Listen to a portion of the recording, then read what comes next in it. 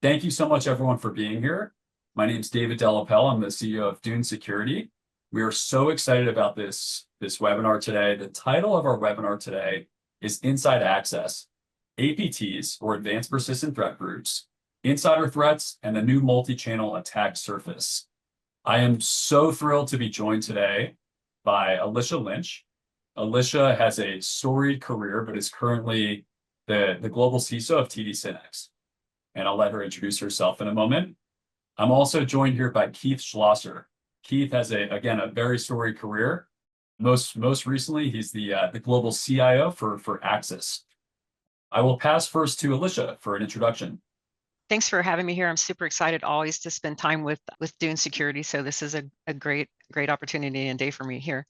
My background is defense. I spent over 25 years in the US Army. I was an intelligence and a cyber officer. And from that point, I moved on into the defense industrial base space and worked for a lot of companies that support the defense space. So worked for BAE Systems, Accenture on the federal side, and SAIC, and then moved over to large global scale like Cognizant. I was the chief security officer and CISO there, and now I'm currently the CISO at SYNNEX, which is a Fortune 100 company, the largest distributor of IT products and services in the world. Awesome. And Yeah. Keith? Hi, I'm Keith. Have been in the highly regulated insurance industry for over 36 years.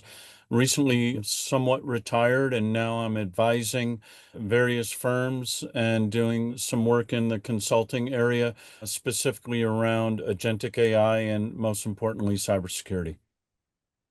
Amazing. Well, thank you so much for being here with your busy schedules. Keith, I think you're calling in from Jackson Hole, Wyoming, so appreciate you taking some time. Yeah. Awesome. So just to introduce the topic for today, enterprises today are facing a new wave of threats. We talk a lot about the quality and the quantity of social engineering. Insider threats, business email compromise are changing, right? The attack surface is changing with AI. The attackers are using all the latest and greatest technologies that we're using, but they're not guardrailed, right? They can use different models that do not have the guardrails that maybe some of the common AI tools that we use might have. And we're seeing that, obviously over 90% of breaches are still originating in what we call the user layer, right? They're originating with some sort of user behavior, but the attackers are now using AI to scale impersonation, deepfake voices, deepfake videos, and even contextual phishing with deep precision. So every user can receive, for example, a phishing message that's completely specific to them, right? And not just their company or their function. And what we've realized is that the market needs something different. The way that the market has dealt with this, and when I say the market, large multinational corporations have dealt with this with security awareness training, with standardized security training delivered to every employee in the company. We've actually found that this is quite a counterproductive solution to this problem, right? It actually, high-risk employees aren't held accountable, low-risk employees' time is wasted, and it can even create this adversarial relationship between the security teams and the end users. And so in this new phase, this new threat landscape, we want to explore the threat landscape. There are advanced persistent threat groups like Scattered Spider that are really weaponizing insiders in companies, right? We're seeing AI personalized phishing driving 3 times the engagement of traditional lures.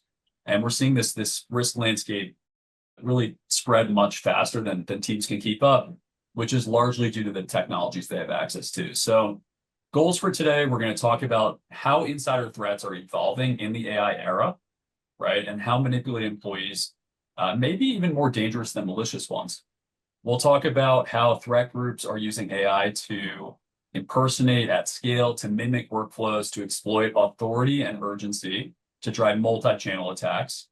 And we'll talk about how CISOs are fighting back, right? And how they're moving beyond maybe static training towards real-time visibility, targeted simulation, and adaptive remediation to reduce user layer risk.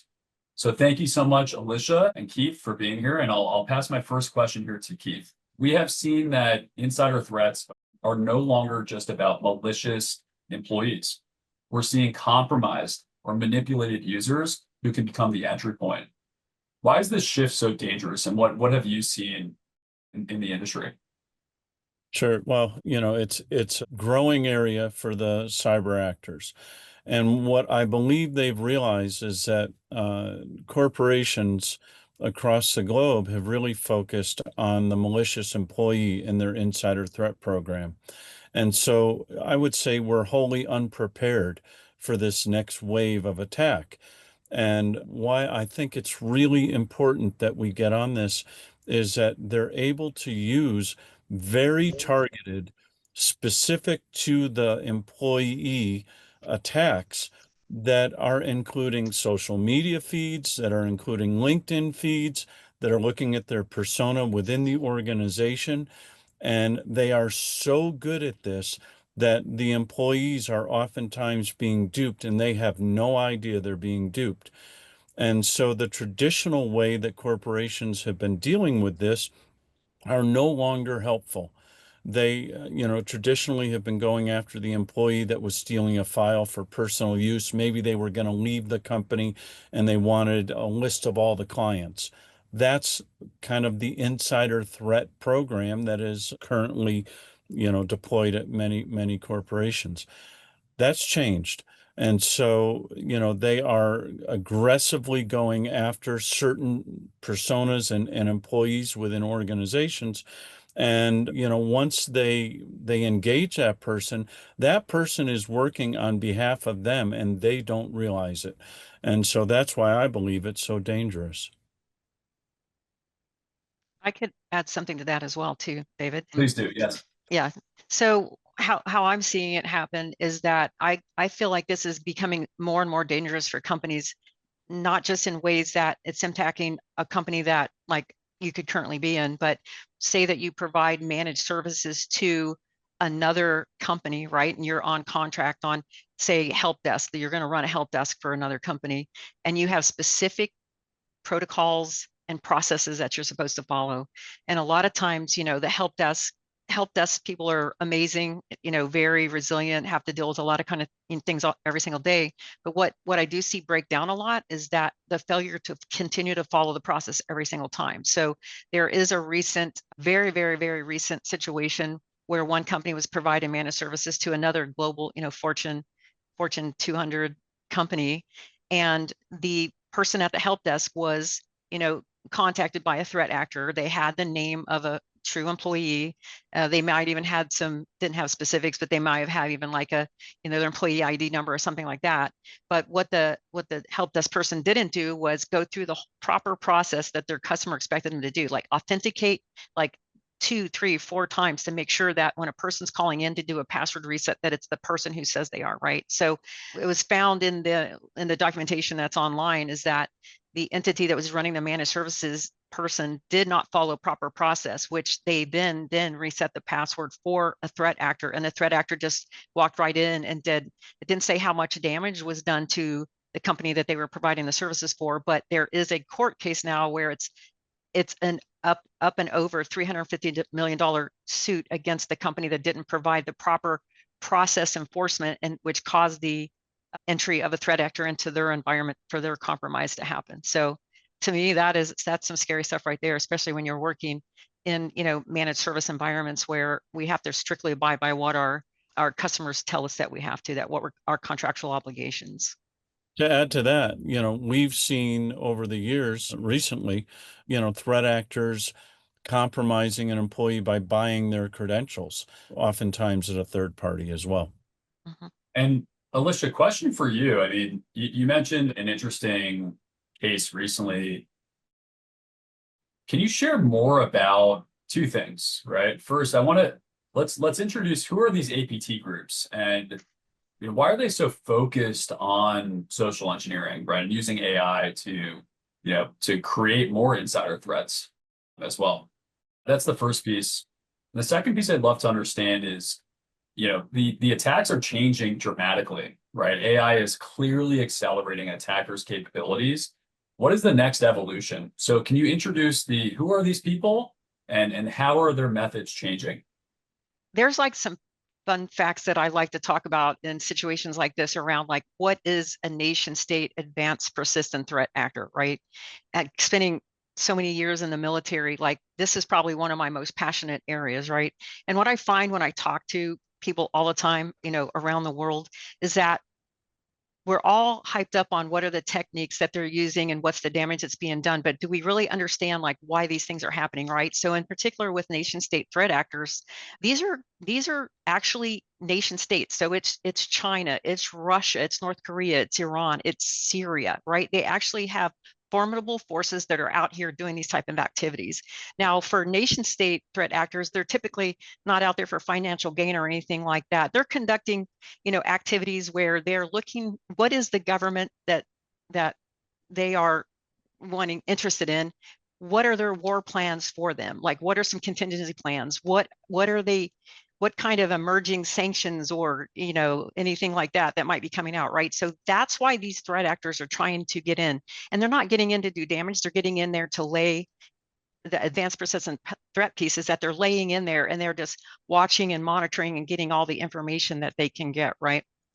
So oftentimes too, they do espionage, right? So lots of stories I could tell you, but China, for one, I'll just mention that they have spent a tremendous amount of time getting into our defense space and mostly through our defense contracting base, right? And I've studied this for like over 10 or 15 years. And in that time frame, there's been probably over 50 military weapon systems that have been compromised. And why do they do that? Is so that they can get, it reduces their time. They don't have to do the R&D. They don't have to spend the money and all that kind of stuff. So with all that being said, right, what we've seen a recent change in the Chinese advanced persistent threat happen probably just a couple of years ago, where they launched an entire attack on critical infrastructure. This is called Volt Typhoon. So this was super important because this kind of changed the dynamics of what are these advanced persistent threat actors doing. And along with this, I'm talking about this, but they're advancing their techniques, tactics, and procedures, right, against us, right? So this Volt Typhoon, I'll just talk to you real quick about it. It got into all of our critical infrastructure, our telecommunications, so AT&T, Verizon, all, T-Mobile, all those types, transportation, which is rail, airlines, water, power. They got in there and they just like laid in there, right? And so they were discovered, obviously by, CISA. Jen Easterly talked about this, but they were discovered, but that's what they were doing. They just got in through all these different ways that they can get in. Sometimes it's through, like you're talking about, through phishing. A lot of it is, through external vulnerabilities, exploiting that kind of stuff, right? Exploiting external facing anything. So that is a serious threat to the United States. And that's why we should be so hyper vigilant on what we're doing, right? And why did the Chinese get in there and want to impact all of our critical infrastructure and all that? Well, they're using it for maybe for their future thinking. They're not just 2 years out like we are. They're 20 and 100,000. They think very, very, very far out, right? So these are things that they're doing to kind of like set the state of the battlefield whenever something, some big event starts to happen. So it's really super critical that we pay attention to that. And then there's other examples like, APT 42, which is the Iranian advanced persistent threat, Charming Kitten. They focus on cyber espionage and surveillance as well. They conduct the sophisticated spear phishing, kind of theft, that's focused on targets of strategic interest, like in particular, like US and Israel, who lay sanctions and things like that on them, right? And they've generated very complex, custom exploits using artificial intelligence, and they focus on like vulnerable attack paths, which are the people, right? And they are impersonating journalists, event organizers, anybody that would be familiar to that person or that company. And they do it in a highly realistic way with deepfake audio and video. And it's very personalized. So it's very convincing. Like people have a hard time in their nature to like disbelieve that something bad's happened, right? And they are able to, what we've talked about before is like basically steal credentials and bypass security measures, right? So AI definitely strengthens the impersonation and the long play campaigns. Over the last couple of years, we're seeing the nation states try to embed their employees into the organization. So they're really compromising the hiring manager and the HR process. Once that occurs, then they are given the keys to the kingdom. Oftentimes in IT and cybersecurity, we talk about espionage or stealing company secrets, and they do that through the use of laptop farms. So once someone is hired remotely, the laptop farm spins up, they get them the laptop, everything seems to work. And we really need to keep an eye on that, because that is the easiest way to start stealing company secrets. It is inexpensive. They are given the keys to the kingdom. And, so many people have been impacted by this, whether it be in the HR team or the hiring manager and so on. And, it's hard to recover from that. I don't know. Alicia, have you seen that? Yeah, I've dealt with that at a couple companies that I've been at, right? So, I think COVID was the door that opened for all that type of activity to start to happen. And then, we also didn't have, proper vetting processes. Right now, there's a lot coming out where they actually have you, well, video used to be not exploitable, but now it is. But there's ways that you have to, if there's somebody in another country across the pond, you just have to have better vetting processes. But I think that most companies in the United States in particular, maybe in other countries as well, but definitely I've dealt with it at a couple companies that I've been at, and it's really kind of hard to weed out. And I think there's probably some new emerging products that can start to give us some insight into the behavior of certain employees. But right, when all that stuff first started happening, it really had to be up to people that were working with the person and started to understand that they had some peculiar behavior and like what's going on and all that kind of stuff. So that's a really difficult one, and it's still ongoing too, my understanding. And I think there's digital approaches, right? There's technology solutions, and there's also some analog solutions, right? I'll give you two quick examples. We have a great partnership we just established with a company called Reality Defender.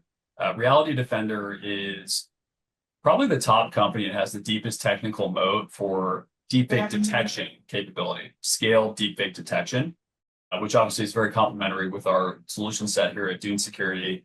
But when we're hiring employees, we require the in-person interview, right? We require so almost going back to, Yep. The way it used to be before there was Zoom, before there was even Skype or WebEx or any of these things. We're requiring an in-person interview for candidates, because we just, and also obviously we have an in-person culture, but even just for the interview process, that helps us.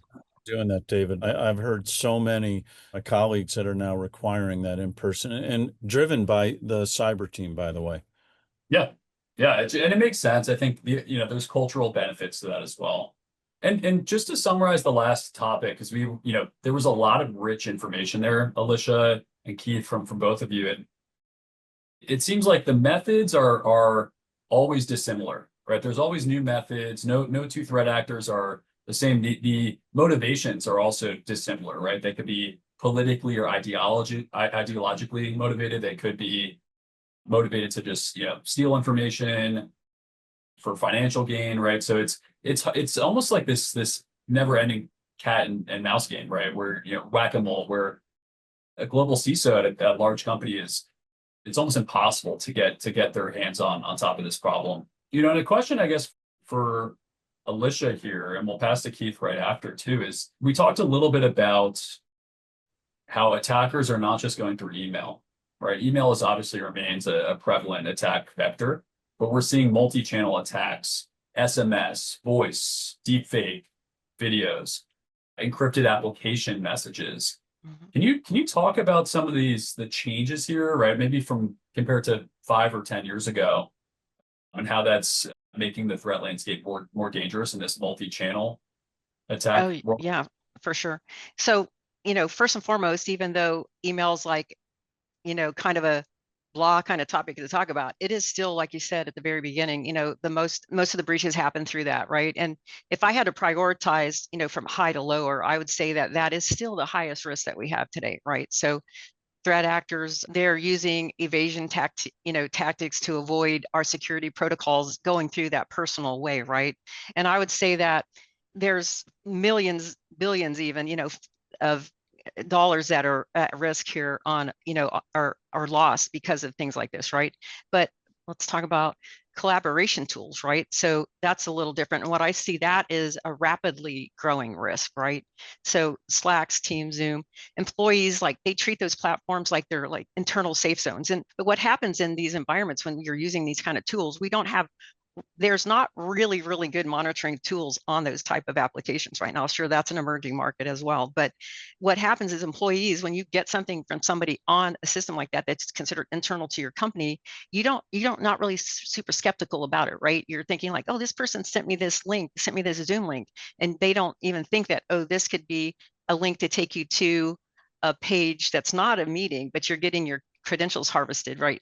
As you're going into it, it's asking you for those type of things, and people will put their credentials in anything that they ask, usually inside your your corporate environment. So I would say that these collaboration tool capabilities lack that mature detection that we don't really have, and alerting that the secure email gateways have. So what it happens is when those attacks happen in these environments, like they spread faster and they're harder to spot, right? So Keith, anything to add on this topic? Different channels, right? Email remains, according to Alicia, probably the most prevalent one. That's consistent with all of our data. But the other vectors, it's almost like the email risk isn't going away at all. It might be getting worse with AI spear phishing, but now we have all the other vectors too, right? There's just additional risks. So Keith, anything to add on Alicia's points there? Yeah, I've seen recently, over the last couple of years where an insider will invite, an actor to a video meeting, and they'll be able to get all sorts of information. And what we used to try and explain to our employees is, if you're having a meeting, you better know who's on that call. You better true up. If you send out 10 invitations and there's 11 people, close the meeting down and start again. And so, those are other ways that they're doing it. Less sophisticated, obviously not AI, but certainly can lead to very serious consequences.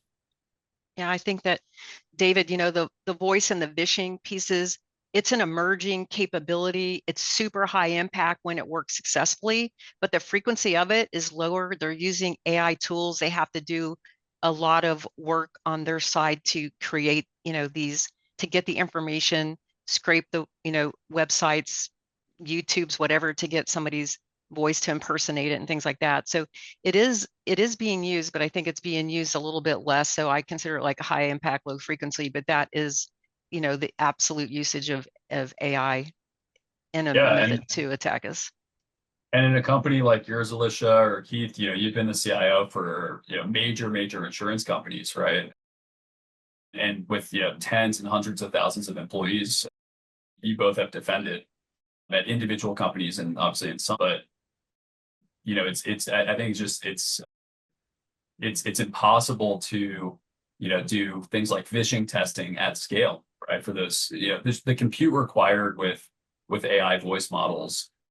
What we've seen is it's incredibly difficult to, there are some functionalities you could do like callback phishing testing or things like that, but you're totally right. It's a very targeted approach. And so how do you, with something that's so specific and so targeted and even pretty manual, right? And it's in its nature, how do you defend against that? It's definitely a big challenge. I think that the callback phishing, that you're talking about, it is time consuming, but it's probably so effective, because people, again, they're like kind-hearted and they think that, oh, this person called me, so this must be real, right? And then they'll give up, the whole mother load of whatever it is they're asked for. So, and what about encrypted channels? I think before we get off this topic, because we have a couple more minutes here, you mentioned the informal channels, right? Or the collaboration tools, right? The Slack, Teams, right? What if a threat actor was able to get into the Slack environment, right? And was posing maybe a Slack Connect person, right?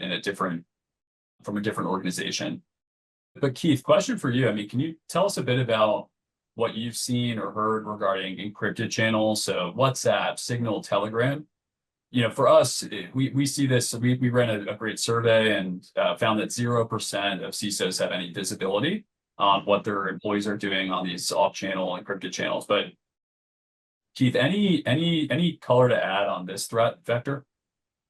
Yeah, I mean, what I've seen, and it actually happened to me. So this is a real life example. I got a WhatsApp message from the CEO saying, hey, I need you to help me facilitate a payment to a vendor. We made a mistake, and he actually said the name of the CFO. The CFO is out sick, so I'm reaching out to you as a member of the executive council to help me get this done. And of course, I immediately started making phone calls and saying, is this real? But so, WhatsApp, I'm seeing it on that. From the standpoint of me, the CIO or the CISO or whatever, having visibility into those applications, we don't. And, most of our employees have access to one of those applications. And so, we would constantly be trying to train these folks saying, hey, if you get a message on WhatsApp or Signal or any other application and they're pretending or saying they are a member of the company, you need to do your investigation because we don't do that. We're not going to use Signal. We're not going to use WhatsApp. And so it's a real issue. But, also really importantly is when they start targeting people in the world that I came from in a position to transfer money or to facilitate the transfer of money. That's, when we started looking at very specific training for those particular job types. I think it was mentioned earlier, our some of our employees, some of this training is meaningless. They go through it, it kind of frustrates them, it isn't applicable to my role, but others, it is very applicable to their role. And so I think, training in the future should include all the ways someone can be contacted, not just the traditional ways of communicating within the corporation. I think that, obviously dealing with this at, large companies, it's routine now. It's unfortunate, right? I can remember the first one that happened to me when I was at like a company or two back, and we kind of shook us to our core. And then it's becoming so routine that like even at, my new company, the CEO, when I first stepped in, he got hit with one of these, like people are calling me saying this is happening, right? So we had to get in there and, take immediate action on how do we handle this situation. We have to put a process in, right? And so what we typically do, as soon as we see it, we actually get, snapshots of it. We communicate out to the company and say, this is not real, right? Be aware of these type of activities that are going on. And it used to be, I handled them all directly but there's starting to be so many of them, is that my team handles the process now. So my CEO gets handled by the team that's dealing with these kind of things. That's how much it's happening, right? And unfortunately, most companies have succumbed to one or two of those things before they actually realize that they have to figure out a way to deal with it. Makes perfect sense. Yeah. I wanted to change gears here into more of like the psychological factors here, right? Attackers use different methods, right? We have a lot of data on, urgency, for example, right? Saying, hey, your account's going to get locked if you don't do this, reset your password. We found that has much higher engagement rates and failure rates for users than a reward saying, hey, click here for, $200 gift card or something like that, right? Mm-hmm. So let's go a little bit deeper though, right? And I'll direct this to Keith here. I'd love to understand if you can discuss some of the methods, right? The psychological methods that adversaries use to manipulate people, to manipulate insiders and companies, and maybe how these methods work psychologically. Yeah, so, I'm going to go back to the first point that I'll make here is going back to a point that I think Alicia made with the help desk. And so oftentimes those folks are manipulated because they are oftentimes not an employee of the company. They're a third party and they're under immense pressure to deliver value to the customer. And so they'll be manipulated by some urgent request by a senior person. I need to reset my password. I don't have time for this. I'm late for a meeting. And so they'll use a few different tactics here. One is it's a third party providing a service to a decision maker who happens to be on the phone with them saying, I need this done right now. Do you know who I am? I don't have time to go through this process. And so they're using urgency, they're using authority, they're using really commercial satisfaction, if you will, as the help desk is a third party. They oftentimes are doing their research, these threat actors, and they will have a list of all of the executive committee members, who someone's boss might be, and they're using that and saying, hey, if you don't do this, if you don't, fill out this form, take this class, certify this, your step in a process, you're going to be in trouble. And so, they're really pulling on the strings that we've known about for years and years and years. It's just now they are so much more sophisticated in doing so. And, they'll come at it in a way that is very targeted to the employee. If you go back 2-3 years, it was more of a generic kind of approach. I need you to reset my password. Now they're able to say, I need you to reset my password for this system. They're able to throw in a little bit more information that makes it just sound so much more real. And add on that, they'll mention key employees within the organization to add credibility to the threat. Mhm. Yeah, there's really not much to add to what Keith just said there. I'm just saying that, it's definitely, highly personalized now, which really gets to a person wanting to do what that person's asking them to do, right? And they're using, some of the channels that we talked about, they're just using multi-channel approaches to it as well. So they're not just getting it from one way that they can go, oh, that's fake, that's not real. They're getting like multiple channels to them, and it's starting to go like, oh, maybe this seems real. So that's all, kind of just summarizing what Keith said right there. The hybrid attacks make it feel more real, right? Yeah, Absolutely. absolutely. Let's talk a bit about third parties, right? I think third party risk is something that it's quite hard to get a handle on, right? And this is for Alicia here. You are the global CISO for TD SYNNEX, a Fortune 100 company, largest distributor of technology in the world. And you've obviously, in your experience at this company or in the past, you may have encountered third-party supply chain risks. And how has AI kind of changed this risk calculus when it's not just your direct employees, but maybe, a third-party employee could be socially engineered?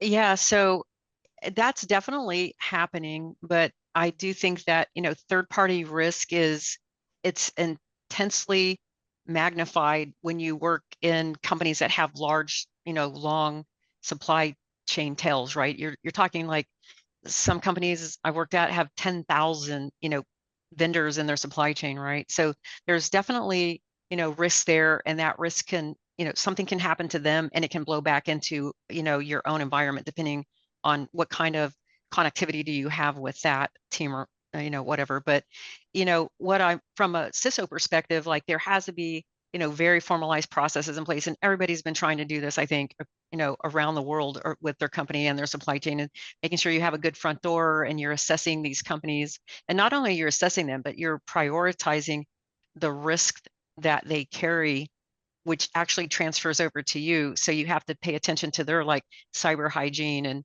their scores, external facing, like BitSight or security scorecard kind of scores, so that you can see like what do they look like, because that really does impact you. And what we have to do is come up with use risk processes. And I'm talking about like boring stuff like enterprise risk management processes, where we are looking at these companies and how important are they. They might be the only mom and pop shop in the whole world that does this one thing that you need for, say, like a torpedo fin or something like that, right? So you have to use them, and you just have to figure out ways that you protect them just like you protect your own company. So I think that we're getting a more amalgamation is happening between companies, where you have to share that type of information. And I know that, we have some really very large customers who just grill us on the cybersecurity side around our practices and making sure that we're up to speed with all these different types of activities. And they check us sometimes quarterly if depending on how large they are, right? And provide us extra, besides NIST cybersecurity framework, NIST 80171 controls and things like that. They're giving us a document that here's our guardrails for you to provide, more information to us that you're doing these things, more securely. But all it does is just like it just creates so much more. It's a lot of work, and you got to put a lot of processes in to cover these things, and it's really hard to manage all that, right? So there are always situations happening, probably on a monthly basis at a lot of companies where these threat actors are getting through because of just how large of a job it is to try to manage and have visibility across that. It's perfect. I agree. There's a reason why I didn't create a third-party risk management company, right? It's a hard one. So Yeah, let's yeah. let's transition here. And I think for Keith here, let's talk about APT groups, right? Scattered Spider is the one that is in the news most frequently, right? Recently. Obviously, Shiny Hunters is another one, but let's use them archetypically. And their tactics are getting more sophisticated. How do you think enterprises can realistically keep up, right? What types of technologies can they put in place, to keep up with today's threats? Yeah, it's a good question, and it's changing so fast. I mean, if you look at the speed at which these tactics are changing, I've not seen anything like it. And I really think a couple of things. One, this is, directly tied to the product that you offer in the market, is training specific to the person's role within the organization, because that is what these threat actors, these, tactics are targeting, is that they're looking at the folks on LinkedIn or, on their social media posts, and they're creating very targeted, very specific attacks against that person to try and compromise. And I think that what you all do is really meaningful, in attacking, and protecting the firm, attacking the attacker, if you will, through knowledge and education by the employee. So, I there are ways, I'm sure, technologies out there. Alicia will know them more than I, but I really do believe it starts with educating people on, what these threat actors are doing, how they're doing it, and how your role within the organization is vulnerable to these types of events. And so to get the employee to stop and ask that extra question, to question the things that they normally would not question. That is the key, I think. And I think that's in large part what you folks do. Yeah, I think that the only thing that I would really add about that is that, a lot of these companies, they are these threat actors, especially scatter spiders, right? They started off obviously exploiting external vulnerabilities, right? And truly that is, I would say, first way they're getting in is through the phishing piece, and the second way they're getting in is through exploiting vulnerabilities and basic cyber hygiene hardening.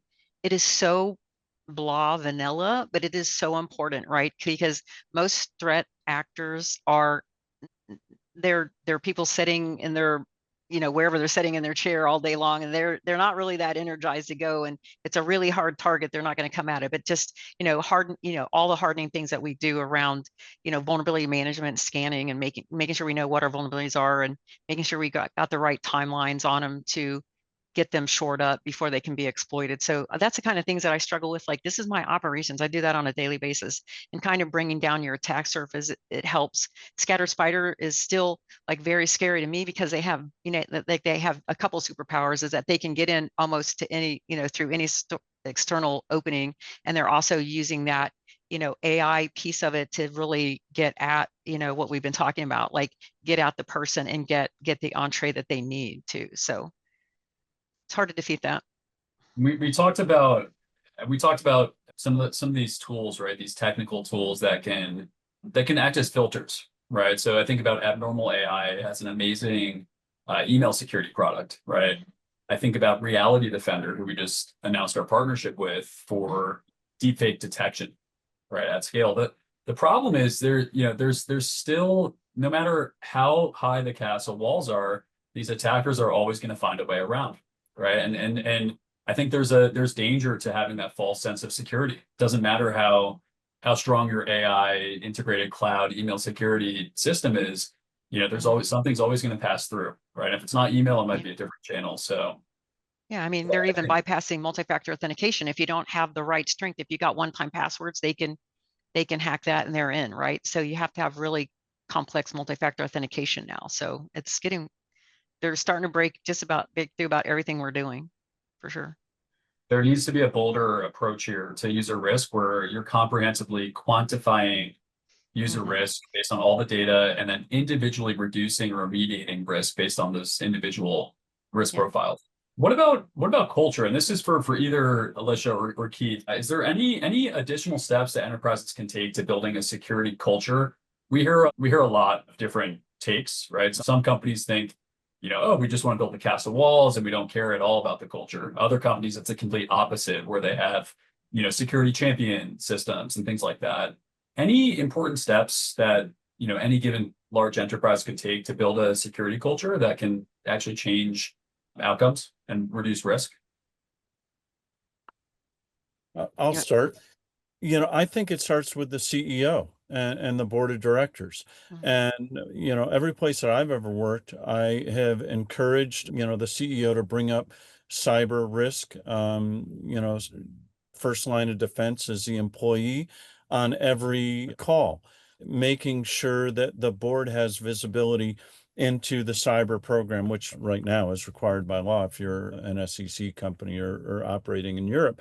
But not only have visibility into it, but actively engaging and promoting the culture of cyber hygiene, cyber awareness, cyber health. And so, for me personally, I think everything starts at the top. If you're going to build a culture, it starts with the CEO and the senior leadership of the organization.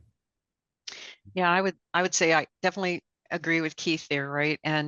But the thing is that in these companies that are global and their revenue is their focus, right? And speed and agility and being able to adapt to what's happening in the market and all that kind of stuff. It's like they're going so fast, and really the last thing they're thinking about is the security piece, right? So I do, at all companies, get in there and start giving metrics that matter, is like to the board, not giving them.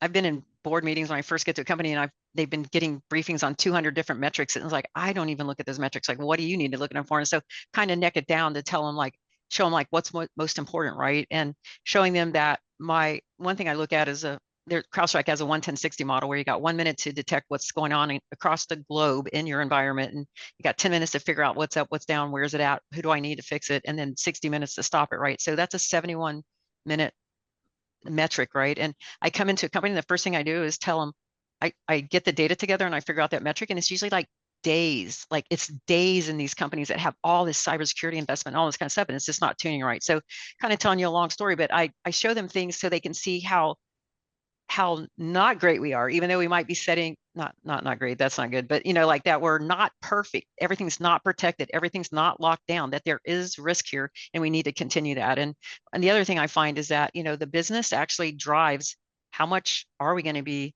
paying attention to the cybersecurity stuff. And what I find when I get into companies, they're running so hard, and, I'm trying to they've already done projects and there's not security wrapped around it. We're trying to get it on there while they're flying the product and everything. But a lot of times when companies get impacted at the business level, that's when the business turns and to the CISO team, and they're like, oh my gosh, what's going on? Help us. And we help them put out the fire, reestablish their operations and things like that. And then they become evangelists for us. So they come back and they're going to do what we say. And it kind of starts to spread like that. It's a super slow thing that happens, but it's really, it's really heartwarming to watch as, companies start to, it's not like everybody's not going to get it by listening to a briefing by the CEO saying it. It's by how impacted have different parts of the business been, and they become believers in it, and they start adopting it, and then they come to you ahead of time and start asking for your assistance. So it's just really hard. You can communicate all day. You can give them all the user acceptance training.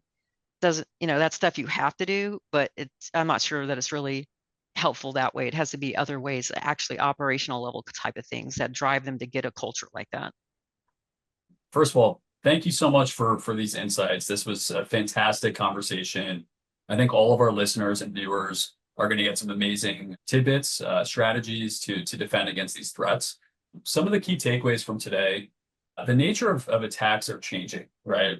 Insider threats are no longer just malicious insiders, right? We're seeing people outside the company are able to manipulate, to solicit, to socially engineer people inside the company through really every different channel with great specificity. They use great new technologies, obviously AI being the core one, to launch more specific and targeted attacks against people. And oftentimes, we see it quite clearly in a lot of the data. Around 90% of breaches are still originating in this human layer. And so AI is really accelerating this, not decelerating it. We're seeing, attackers are not limiting to email. We're seeing multi-channel attacks across SMS, voice, collaboration tools, encrypted apps. We're seeing supply chain and third-party risks just increases with these types of risks, which was already an impossible problem to solve previously. And for us at Dune Security, we think that enterprises need this real-time visibility into user risk and to really expose the threats in real time, which requires really all of the data. It requires full adversary emulation. It requires role-based analysis. It requires adaptive training, adaptive testing to roles, to behaviors, and even adaptive workflows to stop risk. So thank you so much, Alicia, Keith. Thank you so much for the time today. I really appreciate it. It's been an amazing conversation. And any parting words for our viewers today? I just wanted to say that, you kind of are talking about like, how are things evolving, right? And I just read about this newer kind of attack, TTP, and it was in Anthropic. I think everybody knows who they are, right? The builder of Claude. And they have a threat intelligence report that I took a look at, and they found a sophisticated cybercriminal operation. I think it's a number, GTG 2002 or something like that, but they've pulled off like what's considered like an alarming AI powered cyber attack, because what they did was they actually used an AI large language model with a bot to talk to it and tell it exactly, what it wanted it to do. And it moved through all the stages of an attack on its own, right? And so this threat actor actually used that approach to attack. Like, it just said 17 organizations and it didn't say who or what kind of damage or anything. But what they're saying is that this marks like the first public case where a leading AI system automated nearly every stage of a cyber crime campaign. And they're calling it vibe hacking, right? So I don't know if you guys have heard of that. It was first for me. But anyways, vibe actually is derived from like a specific type of code that developers are using now, where they're using like the natural language to tell the AI what to build. And so this was just one of the first things that I found recently that I thought was like really cool. And it's really showing like major progression with the use of AI platforms. Absolutely. Keith, any parting words? The only thing I would say, David, is that I think, with what you all do and what you deliver, it's really changing the way people are engaging with the training. I cannot tell you, as CIO, the number of complaints I got from executives and leaders. This training is meaningless. Why do we have to do it so many times a year? And I think not only is this focused on protecting the firm, but I think you're really doing a service to the employees in that you're engaging them with training that is relevant and germane to what they do day to day. And I think that is super important. And so I just encourage you to keep it up. And I think people should take a look at the product because it is very meaningful and it is going to get results. Thank you so much, Keith, Alicia. Thanks so much for the time today. Really appreciate it. And we'll put together a great webinar recording here. Thank you.